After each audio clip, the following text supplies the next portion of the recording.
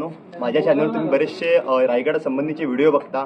मी आज गेली 5-6 वर्ष रायगडावर येतोय आणि रायगडावरती आल्यावरती जो माझं सर्व काही म्हणजे माझा भाऊ बोलला तरी चालेल, संकेत शौकीरकर, जो आज 5-6 वर्ष एकाही पैशाची अपेक्षा न करता माझ्यासाठी सगळं काही करतोय आणि आज तो एक सुंदर आपलं तुमच्यासाठी एक राहण्यासाठी सुंदर एक हॉटेल उभं करतोय. काही मोठेपणा सांगत नाहीये, पण आज 5-6 वर्ष रायगडावरती आम्हाला सांभाळून घेणारा हाच आहे, संकेश आहे.